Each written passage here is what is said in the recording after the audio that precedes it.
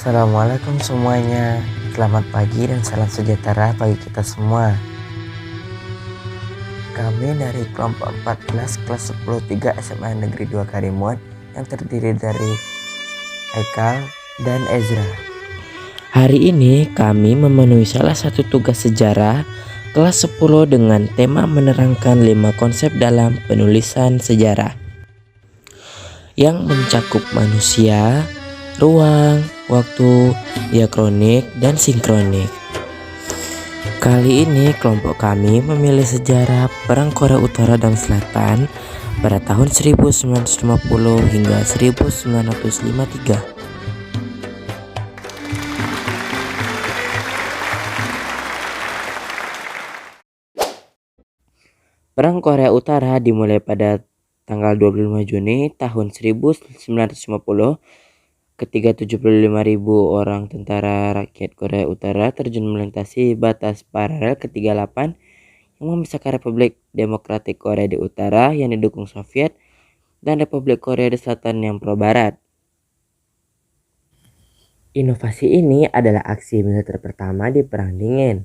Pada bulan Juli, pasukan Amerika Serikat AS memasuki medan perang atas nama Korea Selatan dan seperti biasa mereka memerangi komunisme. Perang Korea Utara dan Selatan berlangsung selama 3 tahun dengan berakhir pada bulan Juli pada tahun 1953. Secara total sekitar 5 juta tentara dan warga sipil tewas dalam perang ini.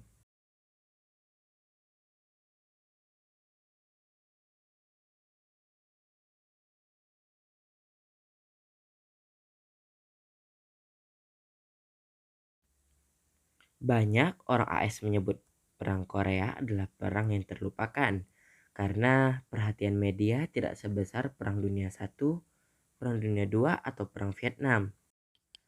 Kenapa ya Perang Korea disebut sebagai perang yang terlupakan? Di Amerika Serikat, perang ini secara resmi dideskripsikan sebagai aksi polisional karena tidak adanya deklarasi perang resmi dari Kongres AS. Dalam bahasa sehari-hari, perang ini juga sering disebut perang yang terlupakan atau perang yang tidak diketahui karena dianggap sebagai urusan PBB yang berakhir dengan kebuntuan Stalemate. Sedikitnya korban dari pihak AS dan kurang jelasnya isu-isu penyebab perang ini bila dibandingkan dengan Perang Vietnam dan Perang Dunia Kedua. Asal-usul terbentuknya dua Korea. Sejak awal abad ke-20, Korea menjadi bagian dari Kekaisaran Jepang. Dan setelah kalahnya negeri Sakura, di Perang Dunia Kedua, semenanjung tersebut jatuh ke tangan Amerika dan Soviet. Pada bulan Agustus tahun 1945, dua ajudan muda di Kementerian Luar Negeri AS membagi semenanjung Korea menjadi dua dengan garis paralel ke-38. Rusia menduduki area di utara garis, sedangkan AS mendapati sisi bagian selatan. Dua negara lalu terbentuk di akhir dekade tersebut. Di selatan diktator anti-komunis Syngman Rhee 1875 sampai 1965 mendapat dukungan dari pemerintah Amerika Serikat. Kemudian di utara bercokol diktator komunis Kim Sung 1912 sampai 1994 yang ditopang oleh negara Soviet. Tak ada satupun dari mereka yang berdiam diri sesuai jatah wilayah dari garis paralel ke-38. Dari konflik di perbatasan sering terjadi, hampir 10.000 tentara Korut dan Korsel tewas dalam pertempuran sebelum Perang Korea dimulai.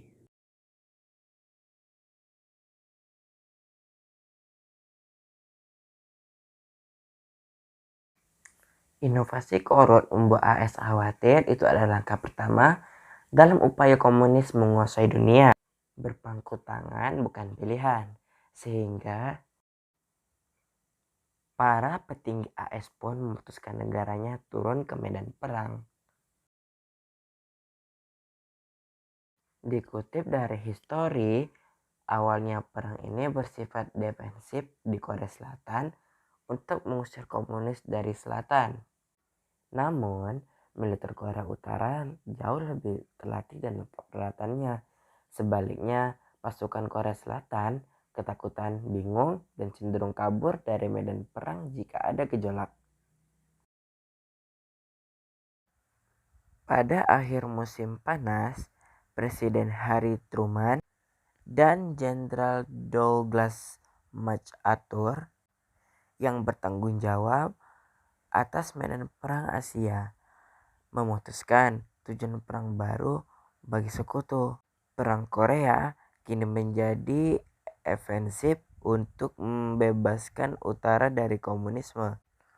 Awalnya strategi baru ini sukses.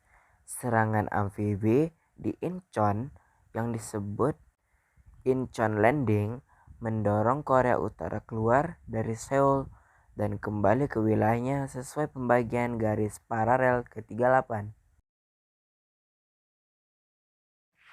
Akan tetapi, setelah pasukan AS melintas perbatasan dan menuju utara lewat Sungai Yalu yang merupakan perbatasan Korea Utara dengan Cina, Beijing mulai khawatir dan menyebut agresif bersenjata terhadap wilayah Cina. Mao Zedong lalu mengirim pasukan ke Korea Utara dan memperingatkan AS untuk menjauh dari perbatasan Sungai Yalu, kecuali jika memang ingin perang berskala besar.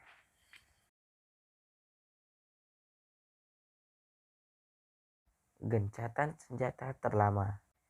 Hingga pada bulan Juni pada tahun 1951, garis depan terpaku pada kawasan yang kini disebut zona demilitarisasi tak jauh dari divisi pra-perang sepanjang garis paralel ke-38.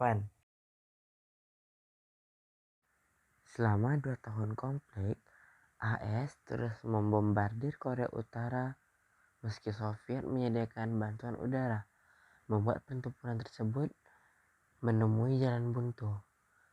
Setelah 2 tahun membangun kepercayaan disertai 158 pertemuan, gencatan senjata tercipta pada bulan Juli tahun 1953 dan ditekan Korea Utara, Cina, serta Komando PBB.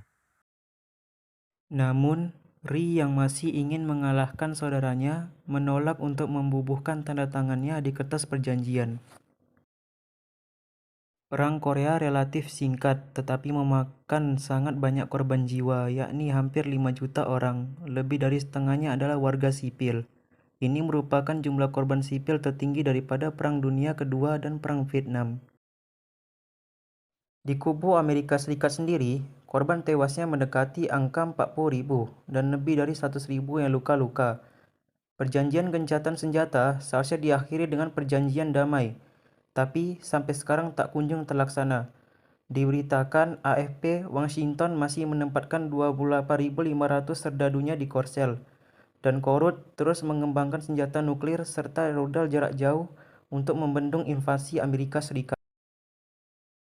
Perang ini berakhir pada tanggal 27 Juli pada tahun 1953 saat Amerika Serikat, Republik Rakyat Tiongkok, dan Korea Utara menandatangani persetujuan gencatan senjata.